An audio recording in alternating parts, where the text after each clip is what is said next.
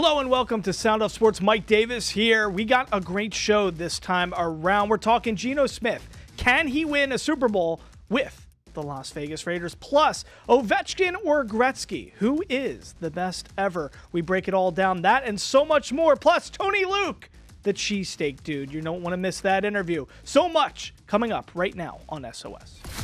Make some noise. This is Sound Off Sports, sponsored by Sam and Ash. Can the Raiders win a Super Bowl with Geno Smith at QB? John L. Mustard on Facebook says, if Trent Dilfer could do it, any quarterback can do it. Just got to build around him. Hello and welcome inside the den here at Fox 5 Studios. Mike Davis for Sound Off Sports. I am joined by my producer, my main man, James Edward Barrickman, the fourth, looking good in that white. You just got like a James Dean kind of vibe to yourself. I'm just trying to keep up with you. No, yeah, I look like your professor. This is true. You look like, Harvard at least, or one of these Ivy Leagues. Harvard. What did our guy? Bill Raftery, what did he say during the national championship? He's the best. He said Princeton's my safe school. Right. I can't remember exactly what that was. I love that, dude. He was talking about Bill Bradley, the great New York Knick, who also went to Princeton.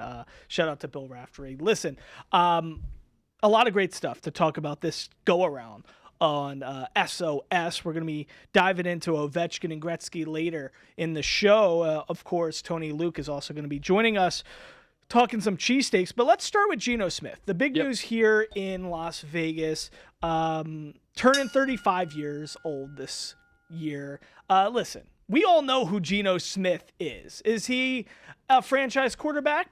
Probably. Is he the guy who's a future Hall of Famer, a generational talent, a top 10 QB in the league? No. But I think it depends on what your definition of franchise quarterback is. Okay, 100%.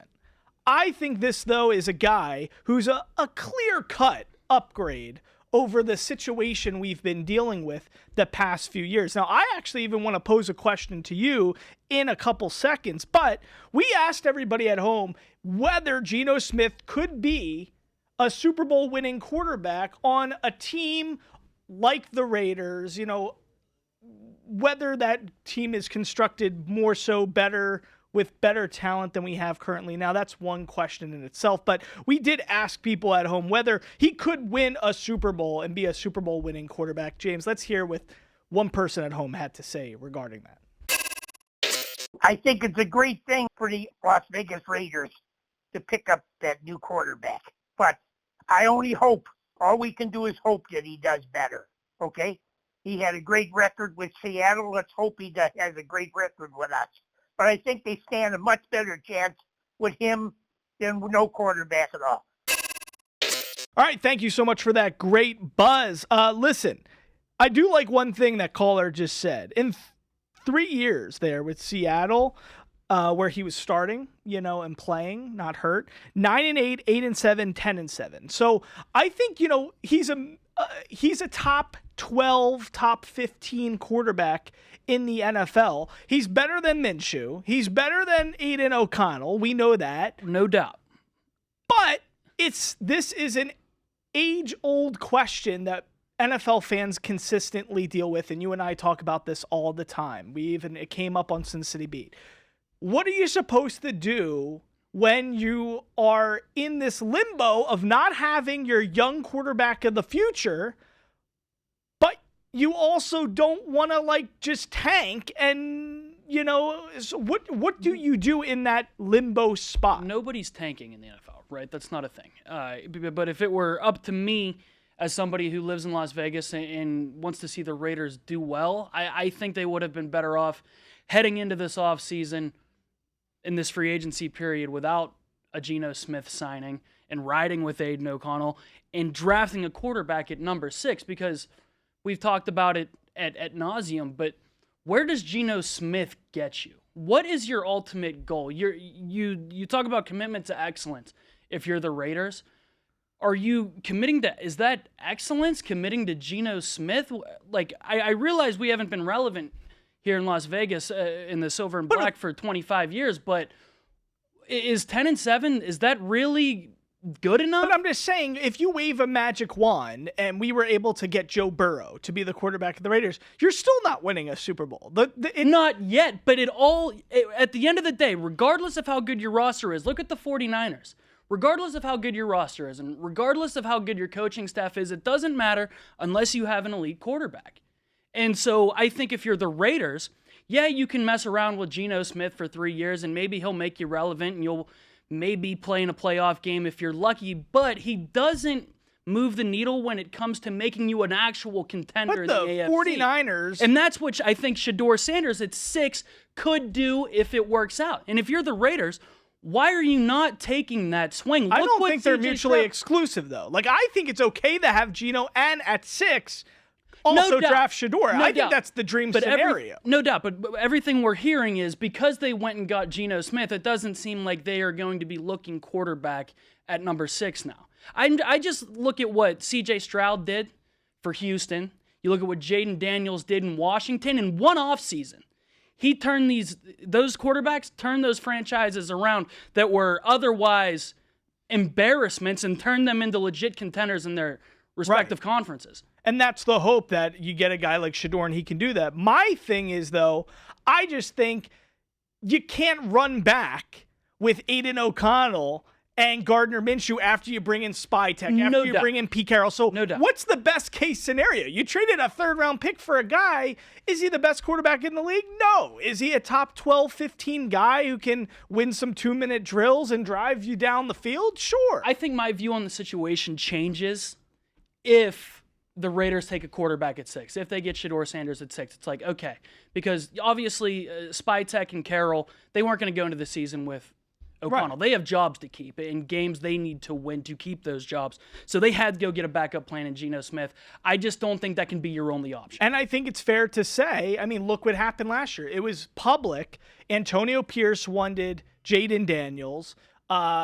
They wanted McCarthy they were looking at. Even Penix was a guy that if he fell, they were going to maybe select him over a Brock Bowers. So I just think, you can't bank on the fact that you're going to get your quarterback, especially when you're drafting at 6. Maybe they can still get him, though, and we'll see if there could be a QB room with both Shedeur and Geno Smith. Guys, coming up after a short break, we're talking cheesesteaks. Yes, Philly cheesesteaks with the legendary Tony Luke Jr.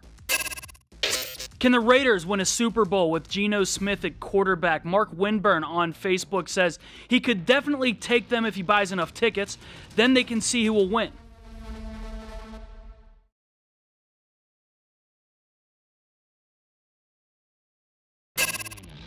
I am joined right now by this dude. It's not even a triple threat. You gotta say quadruple threat. We gotta come up with all different things, from acting to music to karate. I think this guy even won like a state kickboxing tournament when he was like a youngster. And of course, he's a maven when it comes to the cheesesteak. He's from my hometown. He's a legend when it comes to Philadelphia. Now you can catch and get all this great goodness. You see this goodness right here?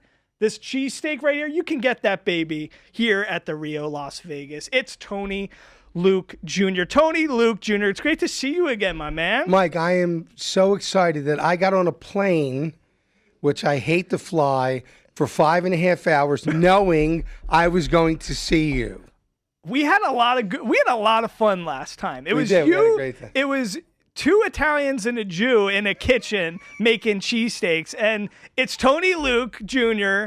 and Stevie Van Zandt from Bruce Springsteen and The Sopranos. That was a great day. Well, it was a good day because I saw Stevie on camera. He was live, and I remember telling the person I was with, I said, "Can you tell Stevie I'm here?"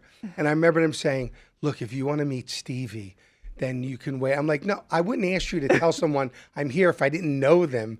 They're like, "Well, we'll get a message back to them." And then you guys walked in on this segment, which was amazing. Well, I was interviewing him. He was doing a great thing in the community with kids and musical education. And then he's like, "Let's go crash Tony's segment." So we went into the kitchen here at Fox 5 and we did a whole great thing celebrating National Cheesesteak Day, which we're doing right now. I mean, listen, I'm just going to tell everybody at home. Growing up, Cherry Hill, Philadelphia area. This was my cheesesteak. My dad would take me to South Philly right off the expressway. We'd be going to games. We'd be going to Delaware County, Delco, to go see my grandmother. And we'd always stop for Tony Luke's if I was being a good child and doing something right. Tell me this, before we get into all the great stuff, as our beloved Eagles won the Super Bowl, I'm pretty sure there was a viral video. Didn't they go to Tony Luke's, all the coaches before the season? Like Vic Fangio, Nick Sirianni, Kellen Moore, I think they went to Tony Luke's to celebrate, and get to know each other prior to the season starting. I think that might have been true. I just know that anytime the Eagles get into the playoffs, my movie resurfaces. The one with Mark Wahlberg. Yeah, and I know that I'm going to be the meme of the whole playoff things. So, I sit there because I'm a big guy now. I'm 290. But when I did Invincible, I was 400 pounds. Were you? I was 400 pounds. So to see that image of me in the green cape and the green outfit always kind of makes me cringe. But it's it's the thing. It's well, you were the wacky, crazy fan in Invincible, the story of Vince Papale, a great hero of Philadelphia and a legend for the Philadelphia Eagles. Mark Wahlberg played him. But let's talk about you. As I alluded to earlier in the show, you just do so many things, right? I was listening prior to the interview. You got a new song out called City Walk. City Walk, yeah. It's like a smooth jazz kind of record. You're playing piano, but you just told me you wrote the sax parts. Well, I wrote the lines for the sax, and then the key line, and then Justin Bandelon wrote the melodic melody for the guitar, but the chords are all mine, and Justin played drums on that as well. But when I wrote City Walk, I wanted to let people feel what it's like to walk through a city right at night, going through different streets and neighborhoods. So if you listen to this song, it kind of starts off like a little foreboding. It's like you're a little sketchy. Yeah. But then it starts getting into different areas, and there's music, and then it kind of builds. And Ben Stocker played sax on that, and I gave him free will at the end. Wow. Do yeah, what you do. It's very reminiscent of walking through a street in Philly, and you're on Sansom, you go to maybe a crappier part of City, and then the jazz part, right? Yeah. And what's funny is I wrote a lot of sad music, so I write a lot of music to try to touch people's soul. So people would listen to it, they'd be like, man, every time I need to go cry, I listen to some of your music. So one day I have a studio in my home, a little recording studio, and I'm like, I want to write something that I want to listen to. Thank you so much to the great, the legendary Tony Luke Jr. Go to our YouTube page, Silver State Sports, to listen to the complete conversation.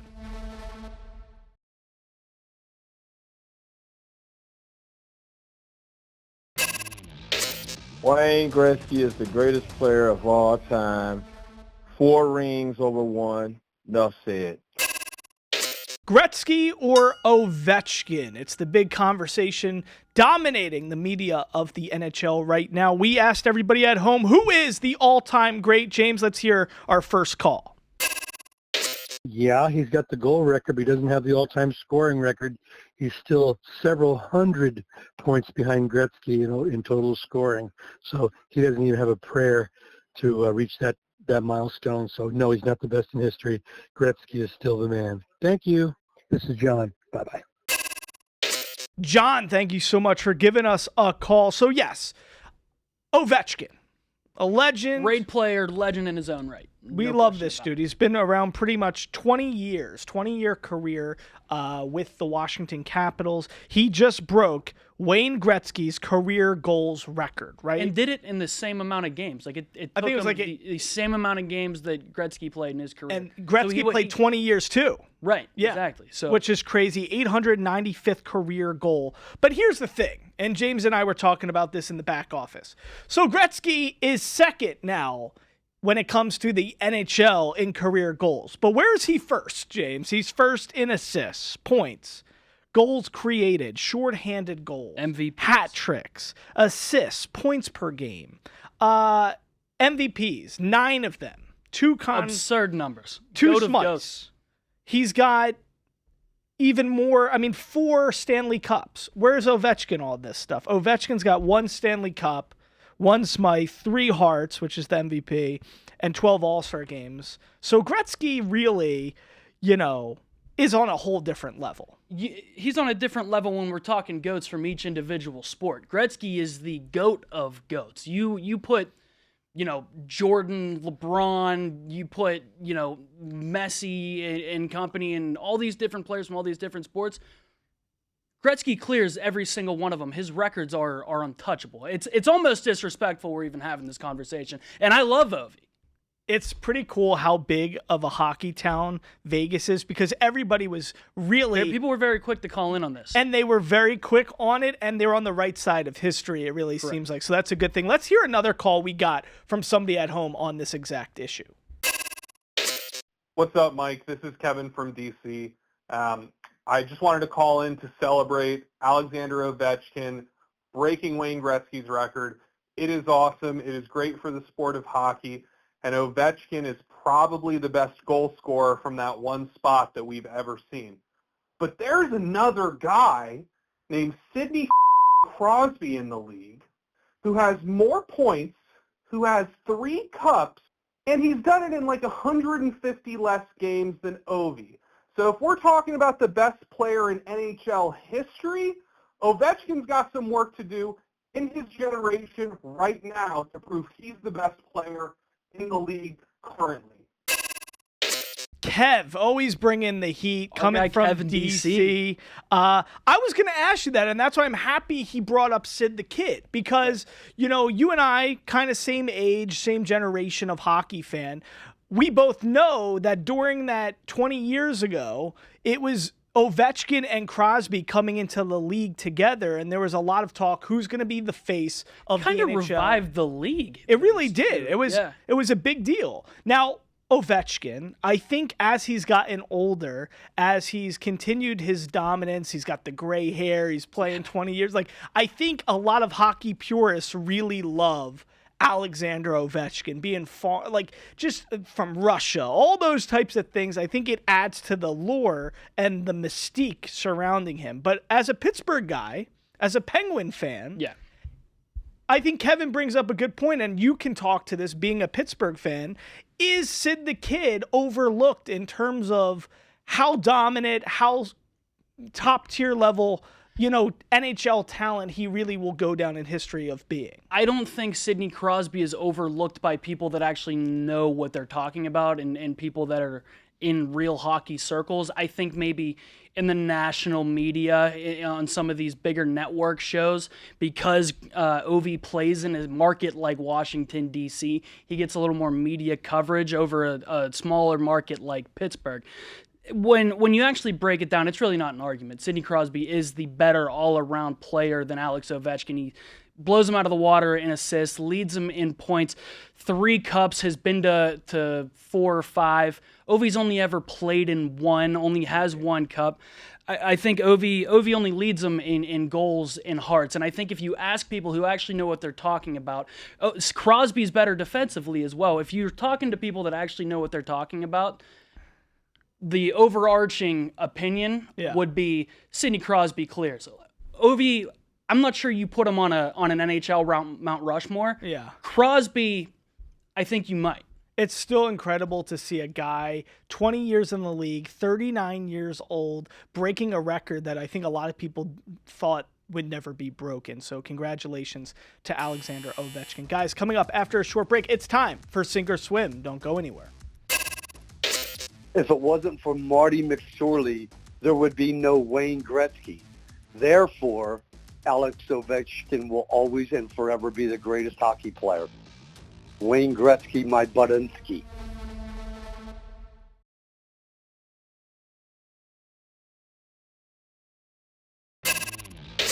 All right, it's time for Sink or Swim here on SOS. Mike Davis, James Edward Barrickman IV. James, I really wanted to talk about the firing of Coach Mike Malone. This really upset you when I let you know. What was that, Monday? I couldn't believe it, because this is a dude 2 short years ago won an NBA championship. The team's in the playoffs. There's 3 games left in the season. They're in the playoffs.